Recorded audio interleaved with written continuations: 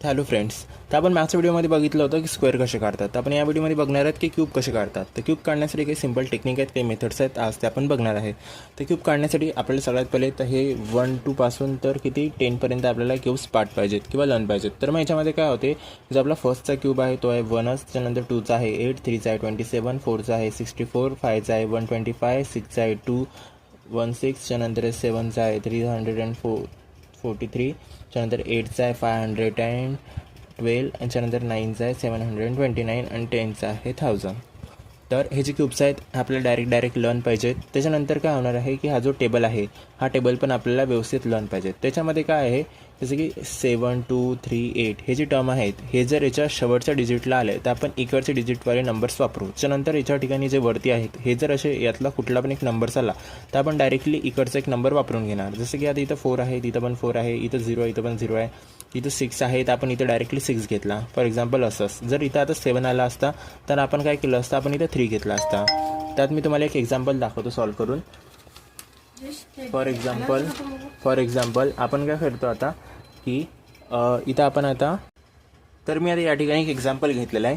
तर या एक्झाम्पलमध्ये काय सांगितलेलं आहे की आपण काय करणार आहे की आता आपण क्यूब काढत आहे ना, तर क्यूब काढताना आपण काय करणार आहे की 3 डिजिट सोडल्यानंतर आपण एक स्लॅश देणार आहे. 3 डिजिट सोडल्यानंतर जर आपण जेव्हा स्क्वेअर काढत होतो, स्क्वेअरची पण शॉर्टकट ट्रिक होती, त्यामध्ये आपण काय केलं होतं की आपण 2च डिजिट सोडले होते. याच्यामध्ये आपण काय केलं, 3 डिजिट सोडलेले आहेत.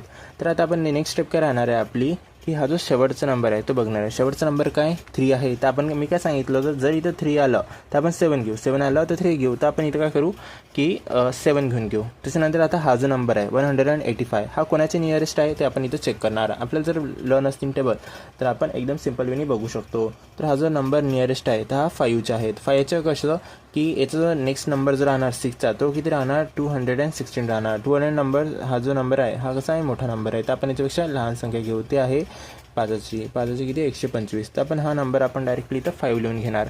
आपण लिहू शकतो इथं 5चा जो क्यूब आहे तो किती आहे 125 आहे. हा कसा आहे, लहान आहे, कशापेक्षा याच्यापेक्षा. जर आपण इथं 6चा घेतला असता तर 6चा कसा झाला असता, मोठा झाला असता. तर आपण काय केलं, लहानच संख्या घेतली.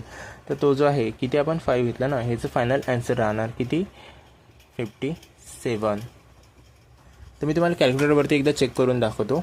तर आपण कितीचा काढला आता 57 ना, तर 57चं आपण काय करणार, क्यूब करणार आणि आन्सर घेणार. किती आन्सर आलं आपलं बघू शकता, सेम टू सेम. ओके.